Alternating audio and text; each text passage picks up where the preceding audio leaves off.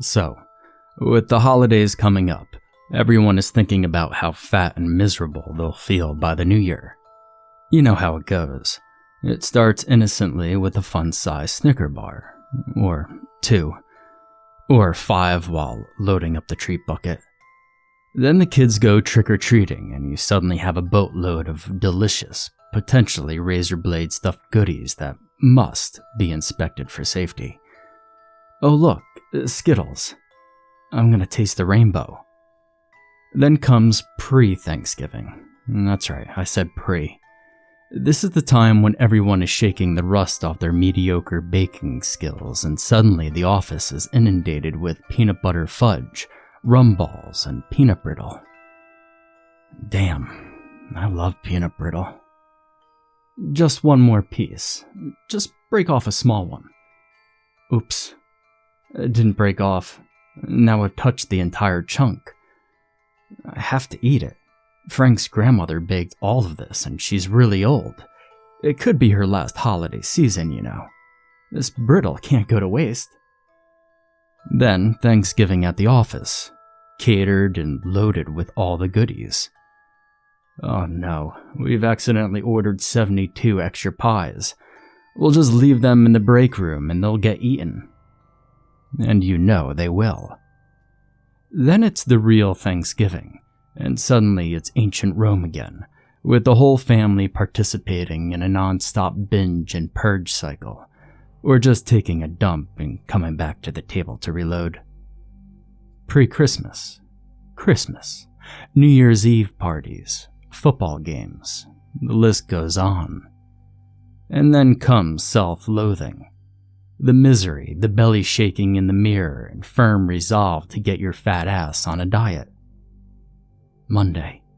Just eat through the weekend and start fresh. I mean, it's only Wednesday now, but who could start on a diet on Wednesday? No one, that's who. So there we were, already up to September and approaching the holiday glut at breakneck speed. After much discussion amongst my peers, we decided to get a head start on the holidays and drop some weight before the madness begins. Then, if we gain it all back, we end up okay for the year. No more guilt, shame, and negative self-talk. It all evened out. So we went for it. It was time to do this. A weight loss contest. And here we are, a few weeks into this thing. It's me, Andrea. Morgan from the collections department, Kim from shipping and receiving, my IT department cubicle neighbors, Jim Tanner, and Peggy from, well, I don't know where. I'm not sure what Peggy's actual job is, but she sits close enough to me that I can hear pretty much everything she does. And you know what Peggy does seemingly endlessly? Eat. That girl is always shoving something down her gullet. I can't even tell you how many times I hear a chip bag opening or cellophane crinkling as she opens snack cakes and God knows what else. She's a big girl, and one of those giggly types, laughing at her own comments. She reminds me of a younger version of a school secretary in Ferris Bueller's Day Off. Her day is seemingly spent taking personal phone calls and giving attitude to anyone who approaches her with something work-related. I swear, it's like her only reason to be here is to eat and scroll through her Facebook feed. She's just plain annoying, and I'm looking forward to taking her $50. That's the game. $50 each, into a pool with the winner taking all. We do pounds lost, calculated as a percentage of body weight lost. Here are the starting numbers. Me, 167 pounds. Morgan, 186 pounds. Kim, 152. Jim, 244 pounds. Tanner, 192 pounds. And Peggy, 376 pounds and counting. I bet her scale moves up non-stop, kind of like the power meter outside my house. So, I've been chronicling this whole adventure and something is up. Everyone was moving along, but Peggy was crushing it. We were totally getting our asses handed to us. But now, something has changed. Something has gone wrong. I kept a log for a few weeks, so let me share some of the highlights with you. Then we'll pick back up with the current situation. Diet Contest Log, Week 1, September 16th, 2019 to September 20th, 2019. Monday. We did our initial weigh-in today. Peggy came in at 376 pounds. I knew there was no way she would stand a chance with her eating habits. No stinking way. Then at the end of the day, I heard her telling someone on the phone that she had already lost 3 pounds. What the fuck? I heard cellophane crinkling all day and watched her grating half a pound of cheese over a plate of home fries from the greasy burger place down the street. There's only one explanation for this. She must have taken a humongous dump sometime before getting back on that scale. Tuesday.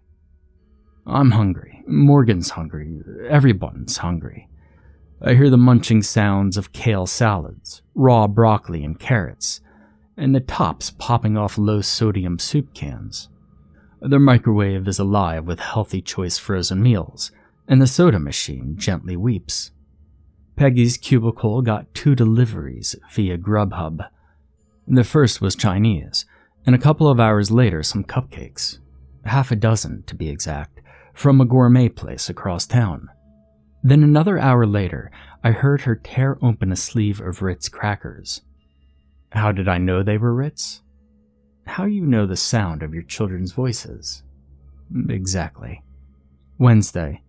I hit the scale this morning. I'm down 2.2 pounds. I know it's just water weight at this point, but it's encouraging. The way Peggy's eating, she's screwed. Morgan is down 2 also. Kim is down 1. Tanner has dropped 3 pounds. And Jim is up 2 pounds. Poor Jim. He loves beer. Holy shit. Peggy and Kim just came back from the scales. Peggy has dropped another 6 pounds. What the hell? How is this even happening? Maybe she has a tapeworm. Where does one get a tapeworm anyway? I'm asking for a friend. Thursday. Peggy is killing me. This behavior will have to catch up to her soon. She just wrapped up a large meat lover's pizza all by herself. A couple hours after a Grubhub delivery of a full pancake and sausage breakfast with biscuits and gravy on the side. I don't even know where the hell she's putting all this food. Wow. Just wow. I literally, right this moment, am listening to her peel back the cover on a full-size bag of double-stuffed Oreos. I know that creepy sound anywhere, because I love Oreos more than life. Friday. This is insanity. Peggy and her witness just came back from the scale. Down another 6 pounds. That's 15 pounds lost this week in 4.5 days. It's no lie. I literally can see her clothes loosening up. She's shrinking. On a related note, she's been burning incense in her cubicle. I really don't mind the smell, as it reminds me of this hippie guy I dated in college, and he was always a sweetheart, although his bathing habits needed work. Anyway, she's burning the incense, and I could swear I'm hearing her whisper praying or chanting or something. Maybe I'm losing my mind. Who knows? Diet Contest Log, Week 2, September 23rd, 2019 to September 27th, 2019. Monday. We're at the second week. Here is where everyone stands coming off the first weekend. Me, down 4 pounds. Morgan, down 3 pounds. Kim, down 2 pounds. Tanner, down 3 pounds, so no change from Friday. I think he had a family get-together on Saturday and cheated a bit. Jim is up a pound, which means he lost a pound over the weekend, but it was one of the pounds he gained after the contest started. Still, progress is progress, right? Peggy, down 21 pounds. Yeah, 21 pounds. That's not a typo. She lost an additional 6 over the weekend. I don't even know what to say here. I'm at a loss for words. We've been quietly whispering about it amongst ourselves. When Peggy went to the bathroom, Morgan searched her cubicle and purse for diet pills. Nothing. The only thing out of the ordinary is that incense burner and some kind of little rag doll thing that bears a creepy resemblance to Peggy. It's a chubby little thing, just like its owner. But Peggy's got rubber bands around it, squeezing it into a smaller size. Weird. Tuesday. Peggy's dietary onslaught continues. She pounded a burger from a place downtown that is so big, you get a t-shirt just for finishing it. I'm sure there's no shirt available that'll fit her. She even ate the fries and drank a milkshake. I'm just waiting for her to throw up right there in her cubicle. Okay, it's 20 minutes later now and she's got the Oreos out again. Where's all this food going? It's 2 p.m., and Kim and I just got back from our daily walk to burn off some calories. I'm sure I was totally overloaded with energy to burn after a lunch of 2.5 celery sticks and a tablespoon of peanut butter. Anyway, we walked behind the building, and halfway down the alley was Peggy, bent over with her suspiciously shrinking ass in the air and her head in the passenger side window of a ratty-looking black station wagon. We hopped back quickly and cautiously peeked around the corner of the building to see what she was up to. We figured it was just Grubhub. But no. She pulled some cash from her pocket, reached into the car, and when her hand came back out, it had a brown paper lunch bag with some kind of writing on it in a language I didn't recognize. She went back into the building as the shady station wagon slowly creeped down the alley, and we quickly finished our lap to get back to the office. Kim snuck around behind Peggy and snapped some pictures of what she was taking out of the bag. I kid you not. It was one of those little things that you put in a bowl of water and it grows huge. I used to have a few. It's like a little alligator the size of a Hot Wheels car that grew about 6 inches long after being submerged. They were pretty fun, but this was no alligator. It was Peggy. A very tiny Peggy. We walked by her cubicle after she went home for the day, and there it was, sitting in a bowl of water and already swelling up. This is getting really weird. Wednesday. Okay, so around 10 a.m., Peggy went out of the front door of the office to meet the Grubhub guy bringing her brunch. So we took a look at the little Peggy in the bowl. It had grown tremendously. This was a full-size glass mixing bowl, and that thing had swollen so much that the arms and legs were hanging over the sides, slowly dripping the slimy water onto the desk. As a comparison, I would say it's about the size of a catcher's mitt. I saw Peggy a short while later in the bathroom, and she was dumping the bowl of water into the sink. She looked at me and immediately lowered her eyes and hurried back out into the hallway. She's definitely up to something. Peggy also hit the scale this afternoon, and was down another 10 pounds. 10 pounds since Monday morning. So now she's at 31 pounds lost in about 10 days. Wow. I was on vacation Thursday and Friday, so this log begins week 3 of the weight loss contest. Diet contest log, week 3, September 30th to October 4th, 2019. Monday. I came in early today to do some snooping. The Peggy rag doll was still on the desk, and was wrapped so tightly in rubber bands that it could get no smaller. Now it was just laying off to the side, looking discarded. The real attraction was still the little Peggy water swelling thing. It had been lying on the desk since Wednesday, so over the course of almost 5 days, it had shrunk about 15%. I don't recall my toys lasting that long in the shrinking process, But it's 25 years later now, so I'm sure shrinking alligator technology has improved a bit. At 9:13 a.m., someone walked by me and went to Peggy's cubicle and started rustling around. It's not normal to see strangers around here, so I stood up slightly to get a look. Holy crapola.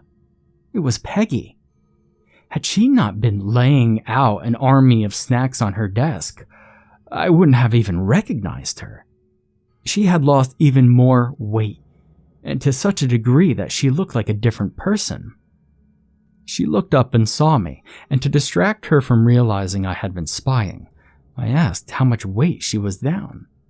She made a little grin, then skipped over and grabbed Kim to go be her witness at the scale. I shit you not. She came back with the number 51.8 pounds. She had lost 51.8 pounds since Wednesday.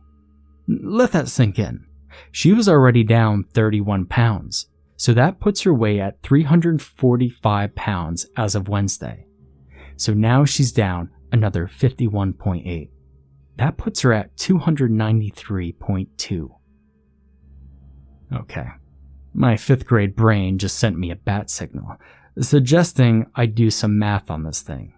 Peggy was at 345 on Wednesday, and we already established that today she's down another 51.8. You know what 51.8 is? It's 15% of 345. Please, don't check the math. I'm really shitty at math. That little gelatinous thing on her desk is 15% smaller since Wednesday. And the real Peggy is 15% smaller since Wednesday. So, obviously this has become a race for second place. But regardless, here are the end of Monday weigh-in results as we start week 3. Me, down 6 pounds. Morgan, down 7. Kim, down 3. Jim, down 4. Tanner, down 5. And Peggy, down 82.8 pounds. Tuesday. It's about 1 p.m. and Peggy just let out an overly dramatic scream. We all ran over to see what was wrong. She looked fine, but she was red-faced like I had never seen. I mean, very, very angry and almost looked a little scared. She barely calmed down enough to tell us what was going on. Apparently, the custodian had thrown away little Peggy, the shrinky thing. She ran out to the dumpster, but trash collection had already been and gone. The shrinky thing is gone for good. Peggy ran off in a flurry. Kim followed at a distance and came back to report Peggy was out in the alley on a cell phone, and frantic. It was a one-sided listen, obviously, but Kim apparently heard her say, "I need something else, right now." And, "I don't care what it costs." Now, at the rate she's been going, this easily could have been a chat with her favorite Grubhub driver. But I believe something a bit more interesting was at play. In the past couple of hours since the incident and her subsequent phone call, I haven't heard Peggy eating. No crinkling wrappers, no Chinese deliveries, nada. What I have heard, though, is a lot of soft chanting and burning some new flavor of incense. Maybe she's doing some sort of Tony Robbins mantra type shit, building her will to succeed. Side note, Jim has been spending an awful lot of time at Peggy's desk the past few days. I guess with her dropping all that weight, and no loose skin, what the fuck, he's got the hots for her. I'm guessing he wants to jump in there now and hook her in before her self-esteem really ramps up and she starts looking for someone better. Good plan, Jim.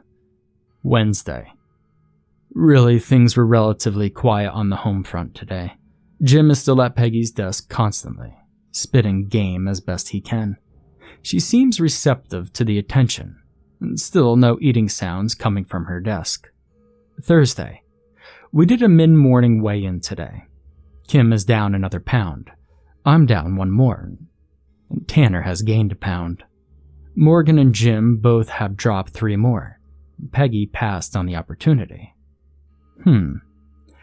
Around 1, I watched Peggy meet that same creepy car again in the alley. She took a big wad of cash out of her purse and again received a mysterious paper bag. I followed her as she returned to her desk, and out came one of those hula girl baubles that you put on your car dashboard. This one had a little solar cell in it, so it would hula dance with the power of light. She set it carefully on the desk, whipped up a little incense, did some more chanting, and flicked on the light under her shelf to get the hula girl swaying. Friday. Okay, I'm pissed about how this contest is going.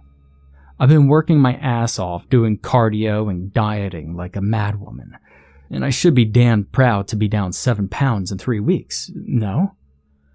But 3 other people are kicking the crap out of me, and I know for a fact they aren't working as hard. So, I've been doing some real snooping and eavesdropping today. I literally have done none of the work I'm getting paid for. Today was full-on reconnaissance, and I followed Peggy every time she gets out of her seat. I've been rolling my chair as close as I could to anyone who stops by her desk, and I've cupped my hand to my ear constantly in a relentless effort to gather any kind of info I could about what the hell is going on. Well, a whole lot more is going on around here than a silly weight loss contest. Here's what I found out. Apparently, Jim went to Peggy for advice on how to lose more weight. At first, she wouldn't tell him, but her deep desire to have real attention from a man drove her to offer him a deal instead. She tells him how to lose the weight, and in return, he becomes her boyfriend.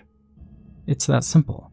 Jim gets to lose weight as long as he's satisfying Peggy's desires for friendship, companionship, romantic gestures, and things I probably don't want to think about. However, Jim's ex, Sharon, works on the other side of the big room we're in, and Sharon is a jealous bitch, to put it mildly. At some point, she'd taken notice of Jim's regular visits to see Peggy, so she's been watching Peggy's cubicle like a hawk. She's even gone over there a few times to shoot the breeze, asking Peggy about her diet success, her love life, and how she also has one of those hula girls on the dashboard of her car. Okay, so I spent the afternoon watching Peggy, and what I'm about to tell you is 100% true. She had been back with the hula girl for a bit, and after a couple of hours, I looked over and sweat was pouring off of her like she was in the middle of a serious workout. Holy crap. If it wasn't a completely loony thing to say, well, I would tell you that little hula girl swaying was acting as a workout for Peggy's body. I had to know if this was real or if I was going insane. So I tried something. When Peggy got up to dry off for a bit, I snuck over to her cubicle and slightly unscrewed the light bulb, making it go dark. When she returned, I could hear her cursing under her breath as she flipped the on-off switch back and forth.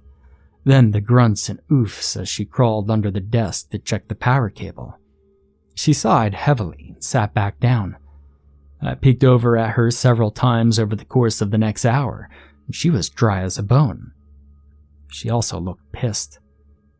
When Peggy went to the bathroom again, I snuck back over and tightened the bulb, restoring the light.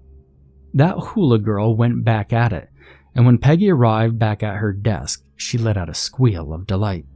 A few minutes later, the sweat was pouring off of her again, and the sounds of a snack cake wrapper crinkling filled the air. This is nuts. I mean, literally, this is some voodoo or Santeria kind of shit.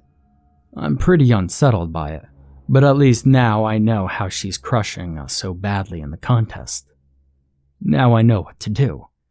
It may be too late for a full comeback to win the contest for pounds lost, but if the key players were unable to continue for some reason, I still had a chance. Peggy and her cheating ass can shove it where the sun don't shine. It's time for a little sabotage. Okay, so we're back to the present. I stopped logging the events of the contest after I discovered the witchcraft Peggy was using to crush all of us so badly.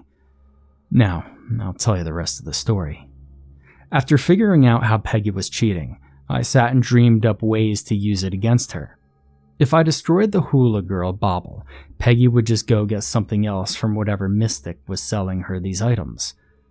I couldn't think of any way to reverse what it was doing either. I tried heading off all Peggy's Grubhub orders for a few days so that she would get frustrated and shut off the hula girl to curb her intense hunger. But those little games weren't going to do the job for real. I wanted to put some real weight back on that woman and curb all her bragging and gloating. While I continued to ponder my options, a heated discussion developed between Jim and his ex, Sharon on the other side of the room. I couldn't make out all the details, but it was clear Sharon was upset about Jim's budding relationship with Peggy. However, he was holding fast and basically told Sharon to shut her mouth and mind her own business. Sharon stormed out of the room, and Jim wandered back over to Peggy's cubicle to give her the recap of the argument. It was all in hushed tones, but every so often, Peggy would giggle or softly clap her hands while laughing, no doubt relishing her victory in the battle for Jim's affection. The two lovebirds took off outside for a walk. Several minutes later, I caught sight of Sharon heading to our side of the room. I sat low in my chair to keep out of her field of vision, and watched with keen interest as she made her way to Peggy's cubicle. I couldn't see what she was doing, but figured Sharon was likely writing Peggy a nasty letter that included things like, "Bitch, he's mine. Bitch, he still loves me. Bitch, you're fat and ugly, and no one will ever love you." Well, you get the idea. So after Sharon left, I cruised on over, and I took a peek. Nothing was trashed or even disturbed. Peggy's work papers were stacked neatly. Her chips and cookies were half opened, just like she left them. So on and so forth. But much to my extreme level of excitement, there was, in fact, a letter. This is what it said. "Listen, bitch. You may as well go ahead and kick Jim to the curb because he don't love you. He's just in it for the weight loss. And by the way, thanks for making my man hotter than he already was. He already told me he's going to work you until he loses all the weight he needs. I don't know what you are up to with all that magic shit, but you just keep on giving my man the knickknacks or whatever it is you are getting from that black car. Then I'll come take him from you when I'm good and ready." As you can see, Sharon's grammar could use some work, but this diet contest was really heating up. I shared the juicy gossip with Kim, Morgan, and Tanner, and suddenly there was a renewed sense of excitement in the air. There's nothing better than a love triangle in the office, right? Of course not. So, about a week went by without much of anything going on. I kept up with the kale and carrots. Kim and Morgan were taking extra walks. Tanner had all but quit his diet, and Jim was steadily dropping a few pounds a day with the help of a little plug-in voodoo volcano on his desk that just hisses out steam all day. He and Peggy were also getting pretty serious with their PDA, and it looked to me like he liked her more than the extent that their agreement stipulated. Sharon was still watching Peggy's cubicle closely, but she didn't have the scowls and dirty looks she had the previous week. Peggy was losing weight quickly. She didn't even bother telling us what was on the scale, but it was clear that her loss had accelerated to a ridiculous level, and after a few days she wasn't smiling when she came back from the weighing in. She clearly had had enough of the magic, and a few minutes later, I heard her flip the light switch that was feeding the hula girl bauble, followed by a sigh of relief. The sweating didn't stop, though. She was still covered in perspiration, which I presumed would mean she was still burning fat rapidly. A day later, she and Jim quietly discussed the situation, and I heard her say she was scared and had decided to go trash the hula girl. Apparently, the rule was supposed to be as long as the hula girl had light to shake to, and Peggy was within 100 yards of it, the magic would do its thing. But trashing it hadn't helped either. She fished it out of the can, and on the way home from work, tossed it off a bridge 20 miles from home. But there she was the next morning, still sweating, still shrinking. She called the mystic who had put the spell on the hula bobble, and he told her there was no way it was still working. She should be free of the magic and able to go back to her normal life. But still, she shrunk. Still, she looked worse and worse, sickly pale with gaunt cheeks and bony shoulders. Her clothing hung loosely from her body, looking like someone threw a sheet over the back of a chair. And all the eating, all the crunching, chewing, drinking, and face stuffing in the world wasn't changing anything. As of a week ago, she looked to be under 100 pounds. And that was the last time I saw Peggy. Jim took her to the emergency room a few nights ago, where in utter desperation, they told the story of the mystic, the doll, the shrinky thing, and the hula girl bobble. Of course, the hospital and police considered it lies told to cover up some horrible truth. Drugs, disease, poisoning, or maybe side effects from too many essential oils. Who knew? As of today, she's in an intensive care unit, clinging to life. The feeding tubes, as you should expect at this point, are doing no good. Her sweating continues, her weight plummets, and she is literally disappearing from this earth. Jim set up a GoFundMe page to help with the medical costs. We've all chipped in with what we can and are sharing it across all social media platforms. Sharon has even jumped in to help. I guess her love for Jim is strong enough to put his needs first, and his need right now is to take care of Peggy. I guess this is how our diet contest ends. Peggy, the winner by a landslide. The cash prize has already been sent straight to the fundraiser page. The money she won by losing the weight is going back to help save her from the effects of losing that weight. What a horrific irony. As I'm finished writing this little chronicle, I have the GoFundMe page up on my other monitor. It has an old picture of Peggy in that classic pose from all the Slim Fast commercials, holding a tiny plate mostly concealed under a big fat piece of cake. Her mouth in an awkward wide-open smile as she's interrupted by the camera while preparing her face to receive the fork loaded with sugary goodness. Just below that picture, there's a smaller one of Jim and Sharon, the strong, dedicated organizers of this charity who are no doubt radiating positivity and hope in Peggy's presence. Despite this, their faces show that awkward sympathy smile, where the mouth is working hard to distract the viewer from the sadness behind the eyes. The two of them are standing in front of the hospital with their backs to Peggy's room. I could tell this because the window has "Get well, Peggy" and "Peggy Strong" posters plastered all over it. As I'm typing this, I could see there's something else in the window. It's the reflection of Sharon's car, and still something else, something smaller. What is that? I'm using all the capabilities of my phone's zoom now, but I can see it. A hula girl bobble. I think I mentioned Sharon saying a few weeks back that she had one just like Peggy's. Holy crap. Did she switch it out? That would explain everything. She parks close to the building at work, well within the 100-yard range of Peggy's hula girl's magic. Plus, she's been parking outside Peggy's room at the hospital.